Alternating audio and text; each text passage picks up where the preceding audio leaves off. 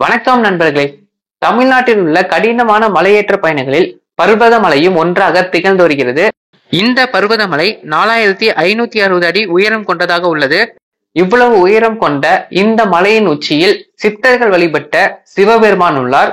இந்த சிவனை தரிசிக்க நாம் படிக்கட்டு பாதை, பாறை வழி பாதை, கம்பி பாதை மற்றும் இறுதியாக மிக கடினமாக உள்ள கடப்பாறை பாதை, இதை எல்லாத்தையும் கடந்தாதாங்க நாம சிவனை தரிசிக்க முடியும்.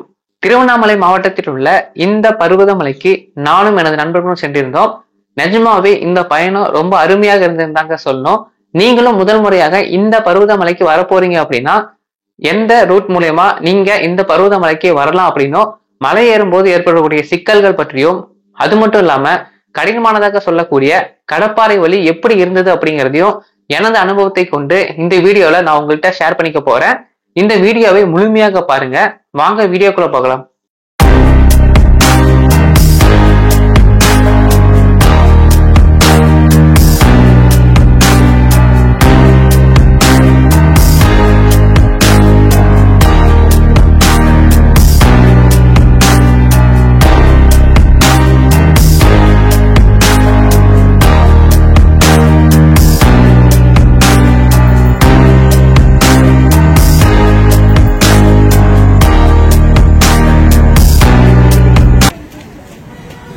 திருவண்ணாமலை மாவட்டத்தில் உள்ள இந்த பர்வதமலைக்கு நீங்க சென்னை அல்லது அதனை சுற்றி உள்ள மாவட்டங்கள் இருக்கவங்களா இருந்தா செங்கம்ல இருந்து போலூர் போற பஸ்ல ஏறினீங்கன்னா தென்மாதிமங்கலம் அல்லது பர்வதமலை அப்படிங்கிற ஸ்டாப் சொல்லி டிக்கெட் எடுத்தீங்கன்னா அங்க உங்களை இறக்கி விட்டுருவாங்க.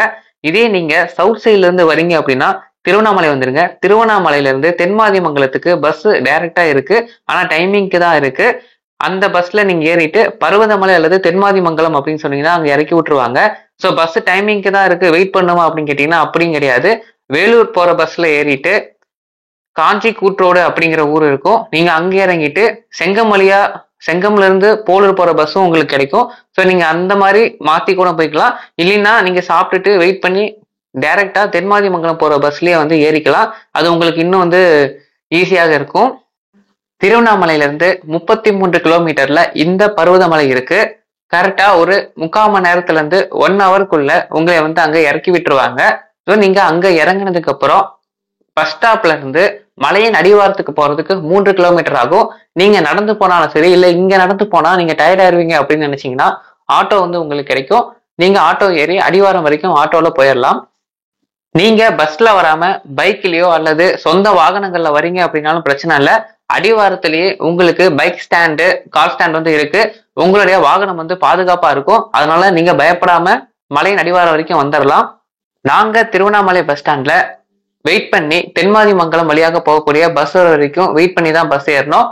ஸோ அந்த பஸ்ல ஏறிட்டு பர்வதமலை அல்லது தென்மாதிமங்கலம் அப்படின்னு சொன்னீங்கன்னா அந்த ஸ்டாப்ல இறக்கி விட்டுருவாங்க. ஸோ ஸ்டாப்ல இறங்கினதுக்கு அப்புறம் அடிவாரம் நமக்கு 3 கிலோமீட்டர் இருக்கு அப்படின்னு சொன்னாங்க. ஏற்கனவே பஸ்ல டிராவல் பண்ணிட்டு வந்தோம், டயர்டு, திரும்ப அங்க போயிட்டு வேற மலை ஏறணும். அதனால நாங்க ஆட்டோல ஏறிட்டு அடிவாரம் வரைக்கும் போயிட்டோம். ஸோ ஆட்டோல 40 ரூபா அப்படிங்கிற மாதிரி சொன்னாங்க. நீங்க நடந்து போனாலும் சரி, இல்லை நீங்க ஆட்டோல போறதா இருந்தாலும் சரி, அது உங்களுடைய விருப்பம். மலையின் அடிவாரத்தை நோக்கி செல்லும் போது ஒரு செக் போஸ்ட்னு வரும். செக் போஸ்ட்டுக்கு பக்கத்துல ஆஞ்சநேயர் கோயில் ஒன்று இருக்கு. நீங்க அங்க ஆஞ்சநேயரை வணங்கிட்டு அடிவாரத்தை நோக்கி போகலாம். அடிவாரத்தை நோக்கி செல்லும் போதே உங்களுக்கு அடிவாரத்துக்கு அருகாமையில் அன்னதானம் வழங்கப்படும். இங்க மட்டும் இல்லாம மலையின் மேலையும் உங்களுக்கு அன்னதானம் வழங்கப்படும். நீங்க சாப்பிடாம இருந்தா இங்க சாப்பிட்டுக்கலாம். அடிவாரத்திலேயே தேவையான தண்ணீரையும் உங்களுக்கு பிடிச்சி வச்சுங்க. நாங்க போனப்ப படிக்கட்டு பாதையை தாண்டினோடனே குடிநீர் இருந்துச்சு. நாங்க அங்க தண்ணியும் பிடிச்சிக்கிட்டோம். ஒருவேளை தண்ணி இல்லைனாலும் கடைகள் நிறைய இருக்கும், ஆனா ரேட் கொஞ்சம் அதிகமா இருக்கும். அதனால முடிஞ்ச அளவுக்கு ஒரு ஆளுக்கு மினிமம் 2 லிட்டராவது தண்ணியை நீங்க பிடிச்சிட்டு போய்க்குங்க. ஏன்னா மேல நீங்க படிக்கட்டு பாதையெல்லாம் தாண்டி ஏறும்போதே நீங்க 1 லிட்டர் தண்ணி பக்கமா செலவு பண்றதுக்கு வாய்ப்புகள் இருக்கு. தண்ணீர் தாகம் அதிகமாக இருக்கும். மலையின் அடிவாரத்துல தேவையானது எல்லாத்தையும் எடுத்துக்கிட்டு மலை ஏற ஸ்டார்ட் பண்ணும்போது ஃபர்ஸ்ட் நமக்கு படிக்கட்டு பாதை தான் இருக்கு. படிக்கட்டு பாதை ஏற ஆரம்பிக்கிறதுக்கு முன்னாடியே நமக்கு விநாயகர் இருப்பாரு. நீங்க விநாயகரை வணங்கிட்டு படிக்கட்டு பாதையை ஏற ஆரம்பிக்கலாம். டோட்டலா 1300 படிக்கட்டுகள் இருக்கும். நீங்க மலையை ஏறும்போது நல்ல கிரிப்பான ஷூ அல்லது ஸ்லிப்பர்ஸ் யூஸ் பண்ணுங்க. அதுல கிரிப் இல்லை அப்படின்னு தோணுச்சுன்னா அதை பயன்படுத்தாதீங்க. ஏன்னா படிக்கட்டு பாறைக்கு அப்புறம் பாறைகள் வழியும் கடப்பாறை வழியும் தான் இருக்கு. அதுல கிரிப் இல்லாம ஏறுறது ரொம்ப ரொம்ப கஷ்டம். கிரிப் இல்ல அப்படின்னா முடிந்த அளவுக்கு வெறுங்காலிலே நடங்க. கிரிப் இருக்கும் பட்சத்துல நீங்க ஷூ இல்லைன்னா ஸ்லிப்பர்ஸ் வந்து பயன்படுத்திக்கலாம். நிறைய பேர் அந்த மாதிரி தான் போயிட்டு இருந்தாங்க. நீங்க படிக்கட்டு பாறைகள் ஏறும்போது பக்கவாட்டுல இருக்கக்கூடிய சுவர்ல எத்தனை படிக்கட்டுகள் ஏறி இருக்கீங்க அப்படிங்கிறத மென்ஷன் பண்ணியிருப்பாங்க. ஒவ்வொரு 50 படிக்கட்டுகள் அல்லது 100 படிக்கட்டுகளுக்கு ஒரு முறை அங்க நீங்க எவ்வளவு படிக்கட்டுகளை கிராஸ் பண்ணிருக்கீங்க அப்படிங்கிறத அம்புக்குறி போட்டு காட்டியிருப்பாங்க. டோட்டலா 1300 படிக்கட்டுகள் இருக்கும். நீங்க அந்த நம்பர்ஸை பார்த்து எவ்வளவு படிக்கட்டுகளை கிராஸ் பண்ணிருக்கீங்க அப்படிங்கிறத பார்த்துக்கிட்டே ஏறலாம். நீங்க ஒன்ஸ் மலையேற ஸ்டார்ட் பண்ணதுக்கு அப்புறம் எக்காரணத்துக்கு கொண்டும் பைகளை வந்து ஓபன் பண்ணாதீங்க. ஓபன் பண்றதுக்கு முன்னாடி உங்களை சுத்தி குரங்குகள் எதுவும் இருக்கா அப்படின்னு பாத்துங்க. ஏன்னா அங்க குரங்குகள் ரொம்ப அதிகமாக இருக்கு. அதுங்க பசிக்காகவும் தண்ணிக்காகவும் நம்மள்ட்ட வந்து ஆக்ரோஷமாக செயல்படும். ஸோ கவனமாக இருங்க. முடிந்த அளவுக்கு அடிவாரத்துல இருந்து கிளம்பும் போதே ஒரு குச்சியை வந்து கையிலேயே வச்சுக்கங்க. அது மலை மேல ஏறிட்டு திரும்ப நீங்க ரிட்டர்ன் வர வரைக்கும் உங்களுக்கு தேவைப்படும். ஏன்னா சாமி கும்பிட்றதுக்கு மேல போய் கோயில்லையுமே வந்து குரங்குகள் வந்து அதிகமாக தான் இருக்கும். நீங்க கவனமா இருங்க, இல்லைன்னா உங்களோட பைகளை வந்து பிடுங்கிட்டு போறதுக்கு அதிக வாய்ப்புகள் இருக்கு. படிக்கட்டு பாதையில ஏறிட்டு இருக்கும் போதே மலையின் உச்சியை பார்க்கும்போது அவ்வளவு பிரம்மாண்டமாக இருக்கும். மிக உயரத்துல இருக்க மாதிரியும் இருக்கும். நீங்களே பாருங்க எவ்வளவு அற்புதமா இருக்கு அப்படின்னு. படிக்கட்டு பாதையை ஏறி கொண்டிருக்கும் போதே சிவன் மற்றும் பார்வதி இணைந்து இருப்பதை போல் ஒரு இடத்தில் உள்ளது. இங்கு பக்தர்கள் சிவனை வேண்டி மரத்தில் காணிக்கை செலுத்திவிட்டு வேண்டுதலை நிறைவேற்றி செல்றாங்க. இது மட்டுமல்லாமல் போகும் வழியில் நிறைய சிவலிங்கங்களும் உள்ளன. மலை ஏறுபவர்களின் வசதிக்காக குடிநீர் குழாய்கள் வந்து அமைச்சிருக்காங்க பாருங்க. நம்ம இந்த படிக்கட்டு பாதையை தாண்டின உடனே நமக்கு குடிநீர் வசதி செஞ்சு கொடுத்துருப்பாங்க. நாங்க போன அன்னைக்கு அங்க தண்ணி வந்துச்சு. முன்னெல்லாம் எப்படின்னு எங்களுக்கு தெரியல. பட் வந்து நாங்க போகும்போது தண்ணி இருந்தது. நாங்க அடிவாரத்துல பிடிச்சி தண்ணி குடிச்சது மட்டும் இல்லாம மேல வந்துட்டு வந்து எம்டியா இருக்க வாட்டர் பாட்டில்ஸையும் ஃபுல் பண்ணிக்கிட்டோம். ஸோ தண்ணீர் வந்து மேல இருக்கு. அதற்கான பைப் லைன் தான் இங்க போட்டிருக்காங்க. நீங்களே பாருங்க. அடிவாரத்துல இருந்து படிக்கட்டு பாதை வழியாக வரும்போது மொத்தமாக 1300 படிக்கட்டுகள் இருக்கும் அப்படின்னு சொல்லியிருந்தாங்க.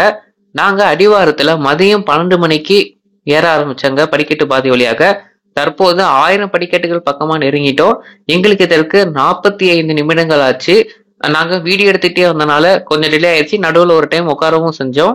மலையின் அடிவாரத்திலிருந்து மலையின் உச்சிக்கு செல்வதற்கு 3 முதல் 4 மணி நேரம் ஆகும் அப்படிங்கிற மாதிரி சொல்லியிருந்தாங்க. நாங்க ஒரு வழியாக 1000 படிக்கட்டுகளை நெருங்கி வந்ததுக்கு பிறகு மலையின் உச்சியை பார்க்கும் போது மலையின் உச்சி எங்கேயோ இருக்க மாதிரி தாங்க இருந்தது. எப்படியோ ஒரு வழியாக நாங்க 1300 படிக்கட்டுகளை கடந்து படிக்கட்டு பாதையை வந்து கடந்துட்டாங்க. அடுத்ததாக பாறை வழி பாதை தொடங்க போகுது. ஒரு வழியாக படிக்கட்டு பாதையை தாண்டி கல் அல்லது பாறை வழி பாதையை ஏற ஆரம்பிச்சுட்டாங்க. இந்த கல்லுவழி பாதை ஈஸியா தாங்க இருக்கும் படிக்கட்டு பாதையை விட. மேலே ஏறுவதற்கு படிக்கட்டு பாதை செங்குத்தாக நிறைய இடத்துல இருக்கும். ரொம்ப வந்து பாத்தீங்கன்னா கொஞ்சம் டயர்ட் ஆயிருவீங்க. பட் கல்லுவழி பாதை அதை கம்பேர் பண்ணும்போது ஈஸியா இருக்க மாதிரி தான் இருந்து. ஆனா ரொம்ப ரொம்ப கவனமா ஏறுனுங்க. நிறைய இடத்துல உங்களுக்கு ஸ்லிப் ஆகுறதுக்கு வாய்ப்புகள் நிறைய இருக்கு. ஏன்னா கல் ஒரு இடத்துல இருக்கும், சில இடத்துல செங்குத்தாக இருக்கும். நீங்க காலை மேல வச்சு ஏறுற மாதிரி இருக்கும். ஸோ கொஞ்சம் ஸ்லிப் ஆச்சுனாலும் நீங்க கீழே இருக்க கல் மேல வந்து விழுற மாதிரி ஆயிரும். இதனால அடிபடுறதுக்கு வாய்ப்புகள் ரொம்ப ரொம்ப அதிகமா இருக்கு. அதனால பார்த்து எந்த இடத்துல கால் வச்சு ஏறணும் அப்படிங்கிறத யோசிச்சுட்டு ஏறுங்க. ஃப்ரெண்ட்ஸ் கூட பேசிட்டு வேகமா ஏற முடியாது. இந்த இடத்துல கொஞ்சம் கவனமா தான் ஏறணும்.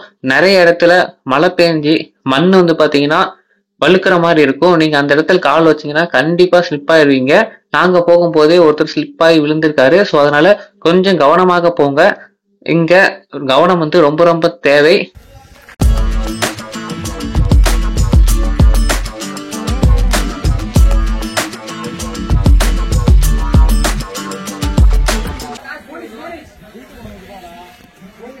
படிக்கட்டு வழி பாதை வழியாக 1300 படிக்கட்டுகளை கடந்த பிறகு கல்லுவழி பாதை அல்லது பாறை வழி பாதை தொடங்குதுங்க. அடுத்த 2 கிலோமீட்டருக்கு இந்த கல்லுவழி பாதை தான் இருக்கு அப்படிங்கிற மாதிரி சொல்லியிருந்தாங்க. நாம கீழே அடிவாரத்தில் கிளம்பும் போதே மேல குடிநீர் வருமானு கேட்டிருந்தோம். படிக்கட்டு பாறையை கடந்த பிறகு குடிநீர் இருக்கும் அப்படின்னு சொல்லியிருந்தாங்க. ஸோ படிக்கட்டு பாறையை கடந்து சிறிது தூரம் கல்லுவழி பாதையாக செல்லும் போதுதான் நமக்கு குடிநீர் கிடைக்குங்க. கல்லுவழி பாதை ஏற ஆரம்பித்த சிறிது நேரத்துல ஒரு கோயில் ஒண்ணு இருக்குங்க. அந்த கோயிலுக்கு அருகில தண்ணீர் கிடைக்கும். நீங்க அங்க தண்ணீர் குடிச்சிட்டு 5 நிமிடங்கள் ரெஸ்ட் எடுக்கலாங்க. அங்க இருந்து வியூ பாயிண்ட் பாக்குறதுக்கும் சூப்பரா இருக்கும். ஸோ நீங்க பொறுமையா தண்ணி குடிச்சிட்டு அந்த வியூ பாயிண்ட பார்த்துட்டு அதுக்கப்புறமா மலை மீது ஏற ஆரம்பிக்கலாங்க. இந்த பர்வத மலை பயணம் கடினமானதாக இருந்தாலும் எவ்வளவு ஆண்கள் ஏறுறாங்களோ அதுல பாதி அளவுக்கு பெண்களும் வயது முதியோர்களும் இந்த மலை பயணத்தை மேற்கொண்டுட்டு தாங்க இருந்தாங்க. நிறைய பேர் ஏறிட்டு இருந்தாங்க, குழந்தைகளும் ஏறிட்டு இருந்தாங்க. அப்படிங்கிறது தான் இதுல மிகப்பெரிய ஹைலைட்டா இருந்துச்சு. ஸோ அவங்கெல்லாம் வந்து நிறைய டைம் இங்க வந்திருக்காங்க. முதியோர்கள் நிறைய பேர் முடியாம நடந்து வந்தாலும் அவங்க சிவனை தரிசித்தே ஆகணும் அப்படிங்கிறதுக்காக கஷ்டப்பட்டாவது நான் மேல போய் சிவனை வந்து தரிசிச்சிருவேன் அப்படிங்கிற மாதிரி சொல்லிட்டு ஏறிட்டு இருந்தாங்க.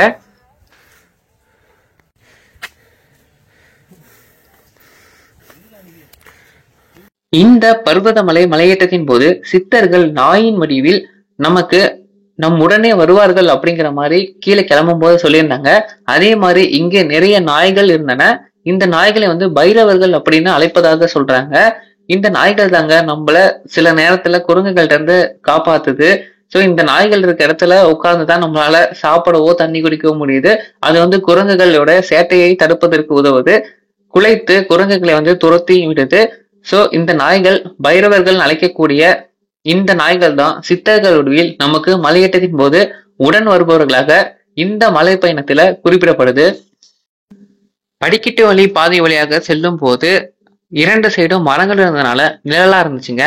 இதே மாதிரி கல்லூரி பாதை ஆரம்பிக்கும் போதும் நிழல்கள் இருந்துட்டு தான் இருந்துச்சு. போக போக பாறைகள் வந்து கொஞ்சம் பெரிதாக இருந்தது. ஸோ நடக்கிறதும் கொஞ்சம் சிரமமா இருந்தது. சிரமங்கிறத தாண்டி பார்த்து பார்த்து பொறுமையாக கால் வைத்து ஏற வேண்டியதா இருந்தது. அதே சமயம் மரங்கள் ஆங்காங்கே இருக்கனால வெயிலும் டைரக்டா வந்து நம்ம மேலே அடிக்கும். ஸோ நாங்க போனது வந்துட்டு இது குளிர்காலம் அப்படிங்கறனால எங்களுக்கு வெயில் பெருசா தெரியலைங்க. நீங்க வெயில் காலத்துல நான் போகும்போது அதிகாலையிலேயே கிளம்பி மேலே ஏற ஆரம்பிச்சிருங்க. அல்லது நிறைய பேர் நைட்டும் வந்துட்டு மலை ஏறுவாங்க. ஸோ அதுக்கேற்ற மாதிரி நீங்க கிளம்பி வந்துருங்க. மதியம் டைம்ல மலை மேலே ஏறுறது வந்து ரொம்ப சிரமமா தான் இருக்கும்.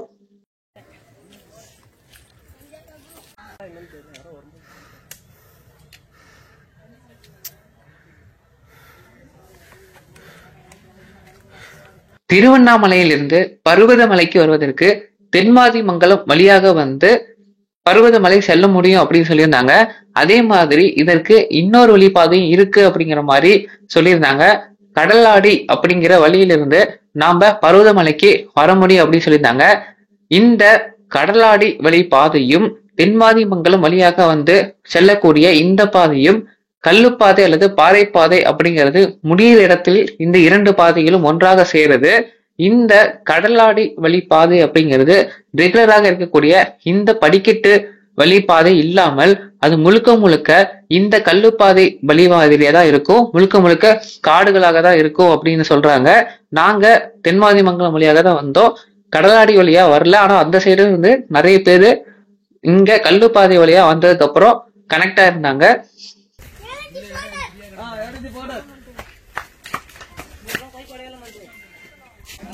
கல்லுப்பாதை முடிகிற இடத்துக்கு வர போறாங்க. இங்க கற்கள் ஒரு செயலியும் பக்கத்திலேயே மணல்களாக இருக்கக்கூடிய நடக்கும் மலையும் இருக்கும். இதுல நீங்க ரொம்ப கவனமா இருங்க. ஏன்னா மணல்ல கால் வைக்கும் போது நல்லா வழுக்க செய்யுது. அது கடினமானதாக இருந்தாலும் கூட மேற்பரப்பில் உள்ள மணல்னால உங்களுக்கு சறுக்கிறதுக்கு வாய்ப்புகள் அதிகமாக இருக்கு. பார்த்து இருங்க. கொஞ்சம் கவனம் இல்லாமல் வேகமாகவோ அல்லது பேசிக்கொண்டோ ஏறும்போது கண்டிப்பாக நீங்க சறுக்கி விழுவதற்கு வாய்ப்புகள் அதிகமாக இருக்கு. எனவே கொஞ்சம் கவனமா பார்த்து மேலே ஏறி போங்க.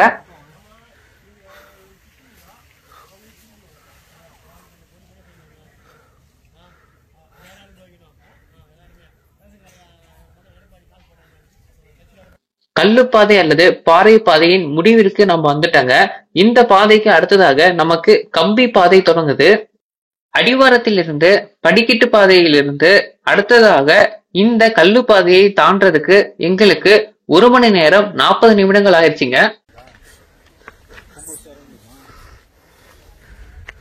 இந்த கம்பி பாதையில் நடக்கும் போதும் கவனமாக நடங்க. முடிந்த அளவுக்கு கம்பிகளை பிடித்து கொண்டே நடங்க.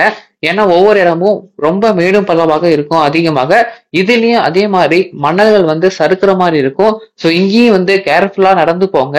கொஞ்சம் சறுக்குனாலும் நீங்க விழுந்துருவீங்க இங்கேயும். அதே மாதிரி கம்பி பாதை கொஞ்ச தூரம் கடந்தவனே முழுக்க பெரிய பாறைகளான பாதைகள் தான் வரும். நீங்க இங்க இருந்து பார்க்கும்போது ஒவ்வொரு வியூஸும் ரொம்ப அழகா இருக்கும். நீங்க போற வழியில அங்கங்க நின்று இந்த வியூஸ் எல்லாம் பார்த்துக்கிட்டே போகலாம். மலையிலிருந்து இந்த மொத்த ஊரோட அழகும் ரொம்ப பிரமாதமா தெரியும். நீங்களே பாருங்க.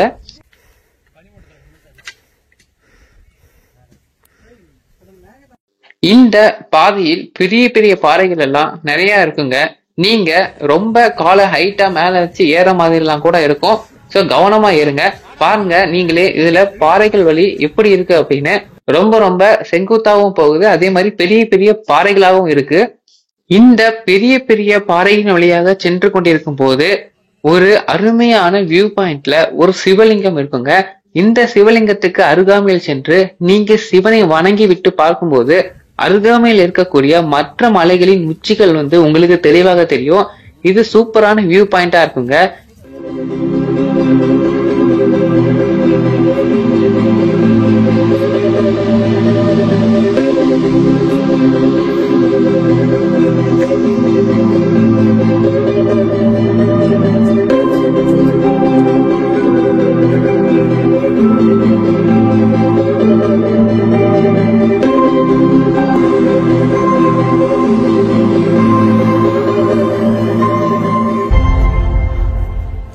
இங்க நீங்க பாத்துட்டு இருக்கிறது மக்கள் வேண்டுதலுக்காக மரத்தை சுற்றி காணிக்கைகள் செலுத்தி வச்சிருக்காங்க. பாருங்க, சித்தர்கள் நாய்கள் வடிவில் இருக்கும் அப்படின்னு நான் சொல்லியிருந்தேன். அதே மாதிரி போற இடத்துல எல்லாத்துலயும் நாய்கள் இருந்துட்டு தான் இருக்கு. இதனை பைரவர்கள் அப்படின்னு அழைக்கிறாங்க. ஒரு வழியாக நாம் இந்த பெரிய பாறைகள் கொண்ட வழிகளை கடந்து முடிவுக்கு வரப்போறோங்க. அடுத்ததாக கடப்பாறை பாறை தொடங்க போகுது. மிக கடினமானதாக சொல்லக்கூடிய இந்த கடப்பாறை வழி எப்படி இருக்க போகுது அப்படிங்கிறத பாருங்க. கடப்பாறை பாதையை நெருங்கிட்டாங்க. இந்த கடப்பாறை பாதை 2 விதமாக பிரிச்சிருக்காங்க. மேலே ஏறுறதுக்கு ஒரு பாதையும் கீழே இறங்குவதற்கு ஒரு பாதையும் இருக்கு. மேலே ஏறுற பாதைகள் முழுவதும் கடப்பாறைகளை பாறைகள்ல சொறி வச்சிருப்பாங்க. நாம அதை பிடிச்சிட்டு தான் மேலே ஏறணும். இது கொஞ்சம் செங்குத்தாகவே இருக்கும். கீழே இறங்குவதும் பாத்தீங்கன்னா படிக்கட்டுகளாக இருக்கும். அதுவும் நல்லா செங்குத்தாக இருக்கும். ஏறும்போது பாறைகள்ல சொறி வைத்திருக்கக்கூடிய கடப்பாறைகளை பிடித்து கொண்டும் இறங்கும் போது மற்றொரு பாதையிலையும் இறங்கணும். நாம போகும்போது ஃபர்ஸ்ட் இறங்குற பாதை தான் நமக்கு தெரியும். அது வழியா நம்ம போகக்கூடாது.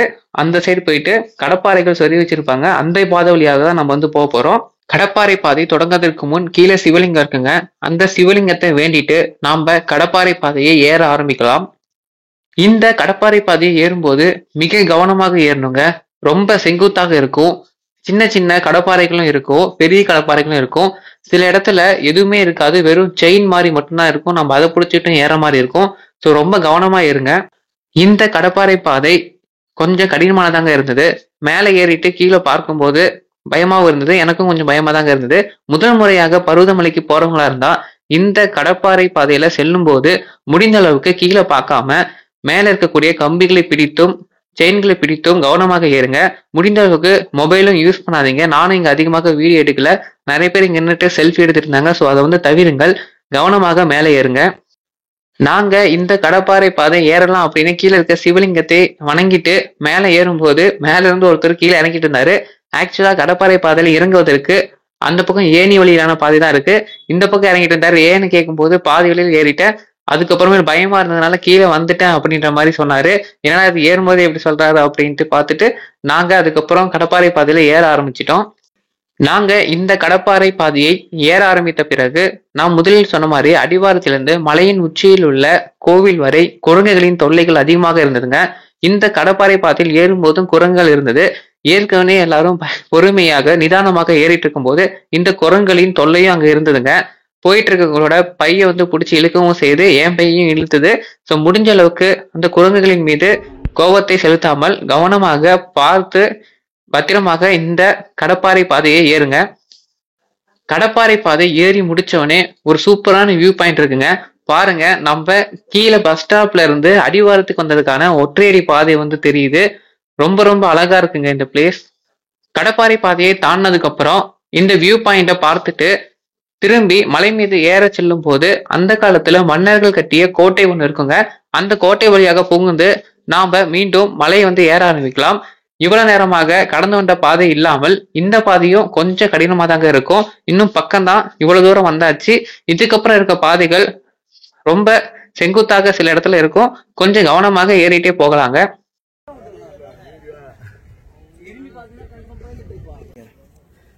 இப்ப நீங்க பார்த்துட்டு இருக்க இந்த பாதம் தாங்க சிவனின் பாதங்கள் அப்படின்னு சொல்றாங்க. சிவன் வானத்திலிருந்து நேரடியாக இந்த மலையின் மீது இறங்கும் போது சிவனின் கால்பட்ட இடம்தான் இது அப்படின்னு சொல்றாங்க. மலையின் உச்சியை நோக்கி செல்ல செல்ல அங்கு இருந்து நாம பார்க்கக்கூடிய வியூ பாயிண்ட்கள் அனைத்தும் செம்மையா இருக்குங்க. நீங்க இதை ரசித்து கொண்டு மலையினை தொடர்ந்து மேலே ஏறலாம். சில இடங்கள்ல செங்குத்தாக இருக்கும், கொஞ்சம் கவனமாக பாறைகளை பிடித்து கொண்டோ அல்லது சைடில் இருக்கக்கூடிய கம்பிகளை பிடித்து கொண்டோ கவனமாக ஏறுங்க.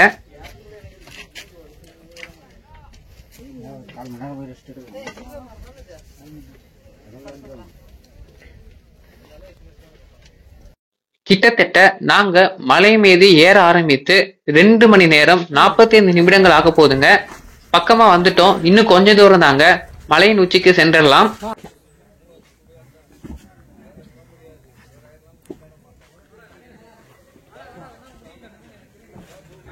மலையின் அடிவாரத்தில் இருந்து கிளம்பி 3 மணி நேரத்தில் நாங்க இந்த மலை ஏறிட்டாங்க. மதியம் 12 மணிக்கு ஏற தொடங்கி மதியம் 3 மணிக்கு மலையின் உச்சிக்கு வந்துட்டோம். எங்களுக்கு 3 மணி நேரம் ஆகியிருக்குங்க. இதை விட இன்னும் சிலர் சீக்கிரமாவே ஏறிடுவாங்க. ஏன்னா அங்க வீடியோலாம் எடுத்துட்டு வந்ததுனால எங்களுக்கு இந்த டிலே வந்து இருந்திருக்கு. சிலர் முடியாதவங்க இன்னும் கொஞ்சம் ரெஸ்ட் எடுத்து பொறுமையா வந்திருப்பாங்க. எப்படியும் இந்த மலை ஏறுவதற்கு நமக்கு 3 மணி நேரம் முதல் 4 மணி நேரம் ஆகுங்க. இறங்குவது சுலபமாக இருக்கும் அப்படின்னு சொல்றாங்க. எங்களுக்கு மலை ஏறுவதற்கு 3 மணி நேரம் ஆகிருச்சு. மலையின் உச்சிக்கு வந்த பிறகு அங்கிருந்து பார்க்கும்போது மிக மிக உயரத்தில் இந்த மலை இருப்பது வந்து நமக்கு தெரியுங்க. இந்த வியூ பாயிண்ட் ரொம்ப ரொம்ப சூப்பரா இருக்குங்க. மறக்காம மேலே ஏறினதுக்கு அப்புறம் அனைத்து வியூ பாயிண்ட்லயும் சுத்தி பாருங்க. நிஜமாவே ரொம்ப அற்புதமா இருக்குங்க இந்த வியூ பாயிண்ட்லாம்.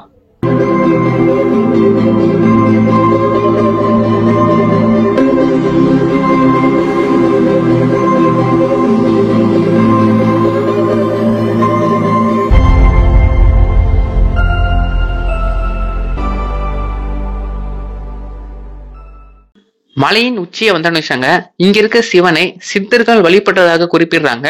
வாங்க கோயிலுக்குள்ள போயிட்டு என்னென்ன இருக்கு அப்படிங்கிறத பார்ப்போம். கோயிலுக்குள்ள செல்லும் போது நிறைய பேர் லைன்ல நின்னாங்க. நாமளும் லைன்ல நின்று ஒவ்வொருவராக சாமி தரிசனம் செய்யற மாதிரி இருந்தது.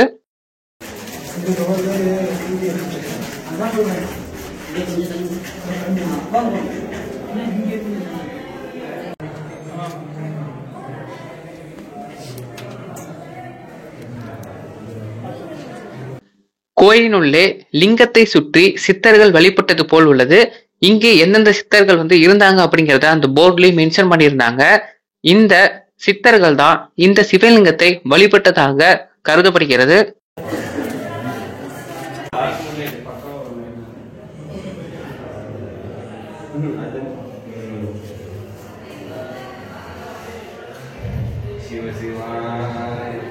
சித்தர்கள் வழிபடுவது போல் உள்ள இந்த சிவலிங்கம் தியானலிங்கர் அப்படின்னு அழைக்கப்படுது. இந்த தியானலிங்கத்தில் தான் சித்தர்கள் சிவலிங்கத்தை சுற்றி அமர்ந்து தியானம் செய்து வணங்கியதாக குறிப்பிடப்படுது. தியானலிங்கரை வழிபட்டதுக்கு அப்புறம் நகர்ந்து செல்லும் பொழுது நமக்கு நந்தி சிலை வந்து இருக்குங்க. இங்கதான் மல்லிகார்ஜுனர் என்ற பெயரில் சிவன் காட்சி அளித்திட்டு இருக்காரு.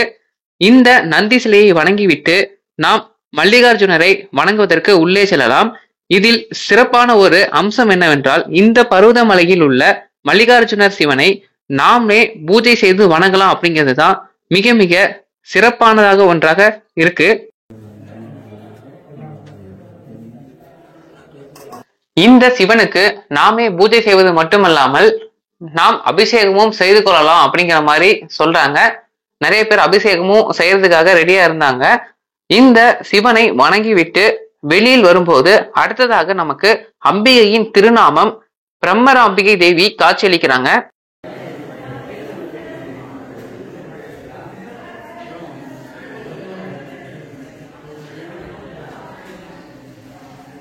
மலையின் உச்சியில் உள்ள இந்த கோயிலுக்கு வந்து சிவனை வணங்கிவிட்டு பிறகு வெளியில் சென்று அமரும் பொழுது நமக்கு மிகப்பெரிய நிம்மதியான உணர்வு கிடைக்குதுங்க. அது மட்டும் இல்லாம அமரும் பொழுது சுற்றிலும் நம்மை சுற்றி இருக்கக்கூடிய மலையின் அழகு நம்மை பிரமிக்க வைக்குதுங்க.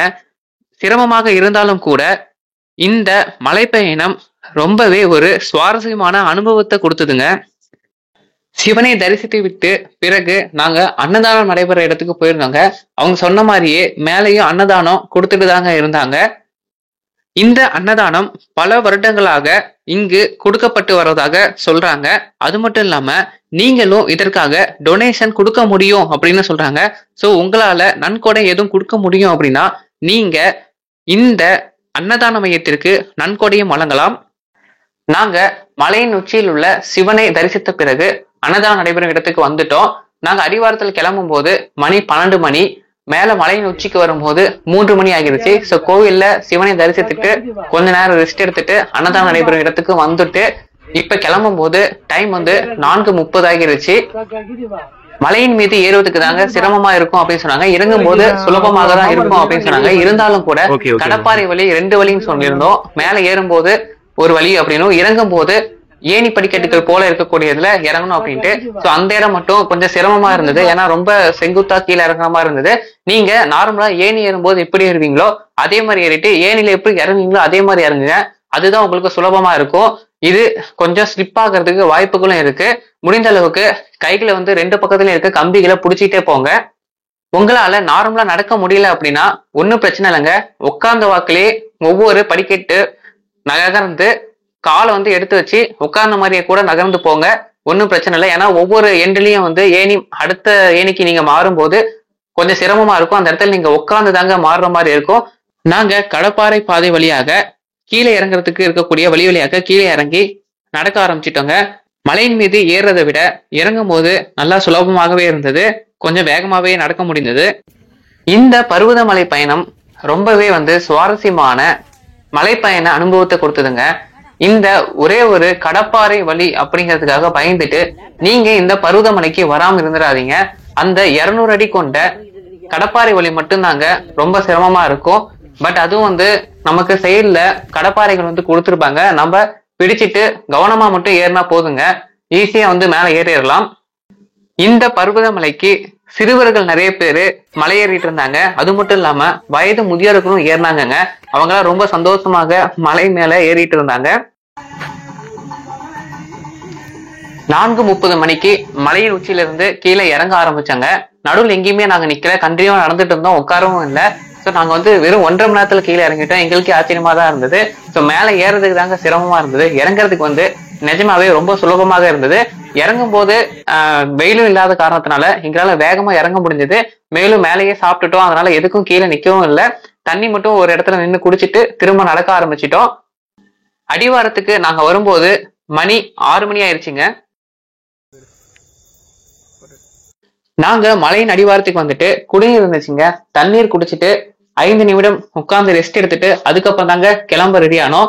நீங்க அடிவாரத்திலேயே உங்களுக்கு ஆட்டோவும் கிடைக்கும். ஆட்டோவை வெயிட் பண்ணி ஆட்டோ ஏறி பஸ் ஸ்டாப் போய்க்குங்க. நிறைய பேர் இரவு தாங்க மலை ஏறவே வராங்க. இவங்கெல்லாம் ரெகுலரா வரக்கூடியவங்க. மாதம் ஒரு முறை இங்க வந்துட்டு இருக்காங்க. அது மட்டும் இல்லாம இன்னும் சில பேர் அதிகாலையில மலையின் மீது ஏறுறாங்க. இரவு மலை ஏறுபவர்கள் அங்கேயே தங்கிட்டு அடுத்த நாள் காலையில அதிகாலையில மலை விட்டு கீழே இறங்கி வராங்க. திருவண்ணாமலை மாவட்டத்தில் உள்ள இந்த பருவதமலைக்கு நீங்க தென்மாதிமங்கலம் அல்லது கடலாடி வழியாக 2 வழியில் இருக்கு. இந்த 2 வழியாக வந்து நீங்க பருவதமலைக்கு செல்லலாம். 2 வழியும் ஒரு இடத்துல வந்து சேர்ந்துருங்க. சேர்ந்து அதுக்கப்புறம் சேர்ந்த மாதிரி தான் வந்து நீங்க மலை ஏறுவீங்க. அடிவாரத்திலிருந்து தென்மாதிமங்கலம் பஸ் ஸ்டாப்க்கு வந்துட்டோங்க. இங்க பஸ் திருவண்ணாமலைக்கு 1 மணி நேரத்துக்கு ஒண்ணுதான் இருக்கு அப்படின்ற மாதிரி சொன்னாங்க. ஸோ வெயிட் பண்ணி தாங்க ஏறணும். ரொம்ப நேரமா நின்னோம், பஸ் வந்து வரவே இல்லை. ஸோ பஸ் அப்படிங்கிறது வந்து டைமுக்கு மட்டும்தாங்க இருக்கு. வெயிட் பண்ணி ஏற வேண்டியதா இருக்கு. ரொம்ப நேரம் ஆகியும் பஸ் வராதனால நாங்க செங்கம் போற பஸ்ல ஏறி காஞ்சி கூட்ரோடு அப்படிங்கிற ஸ்டாப்ல இறங்கிட்டு வெயிட் பண்ணாங்க. ஆனா அங்க போயும் பஸ் வந்து 20 நிமிஷமா இல்லாம திருவண்ணாமலைக்கு பஸ் இல்லாம வெயிட் பண்ணிட்டு தாங்க இருந்தோம். எப்படியோங்க கடைசியா ஒரு டவுன் பஸ் வந்துச்சு. அந்த டவுன் பஸ்ல ஏறிட்டு திருவண்ணாமலையை ரீச் ஆகிட்டோம். நீங்க புதிதாக இந்த பருவதமலைக்கு வரீங்க அப்படின்னா இந்த வீடியோ கண்டிப்பா உங்களுக்கு யூஸ்ஃபுல்லா இருக்கும் அப்படின்னு நினைக்கிறேன். ஒரு நல்ல அட்வென்ச்சர் ட்ரிப்பா நீங்க போகணும் அப்படின்னு ஆசைப்பட்டீங்கன்னா இந்த பருவதமலைக்கு வரலாம். 2வது, நீங்க வரும்போது உடன் வருபவர்கள் இதற்கு ஃபிட்டானவர்களா அப்படின்னு பாத்துங்க. ஏன்னா கடப்பாறை வழியெல்லாம் ஏறும்போது கொஞ்சம் கடினமா தாங்க இருக்கும். ஸோ கொஞ்சம் அவங்களோட ஹெல்த் இஷ்யூஸ் வந்து நல்லா இருக்கா அப்படின்னு பார்த்துட்டு அவங்களையும் கூட்டுவாங்க. முதியோர்களாக இருந்தாலும் மலை ஏறிட்டு தான் இருந்தாங்க. இருந்தாலும் சிலருக்கு ஹெல்த் இஷ்யூஸ் இருக்கும். ஸோ அதனால அதெல்லாம் வந்து பார்த்துட்டு அதுக்கப்புறமா அவங்கள வந்து கூட்டிட்டு வாங்க. அவ்வளவுதாங்க. திருவண்ணாமலை மாவட்டத்தில் உள்ள பர்வத மலைக்கு சென்ற எனது பயண அனுபவத்தை முழுமையாக இந்த வீடியோல நான் ஷேர் பண்ணிக்கிட்டேன். முதல் முறையாக பருவதமலைக்கு போறவங்களுக்கு இந்த வீடியோ உதவியாக இருக்கும் அப்படின்னு நான் நம்புறேன். இதுல ஏதேனும் உங்களுக்கு சந்தேகம் இருந்தா கமெண்ட்ஸ்ல கேளுங்க, நான் முடிந்த அளவுக்கு ரீப்ளை பண்றேன். இந்த வீடியோ உங்களுக்கு பிடிச்சா லைக் பண்ணுங்க, உங்க ஃப்ரெண்ட்ஸ்க்கு ஷேர் பண்ணுங்க. மேலும் இது போன்ற வீடியோக்களுக்கு நம்ம சேனலை மறக்காம சப்ஸ்கிரைப் செஞ்சிருக்க நண்பர்களே. மீண்டும் சந்திப்போம். நன்றி.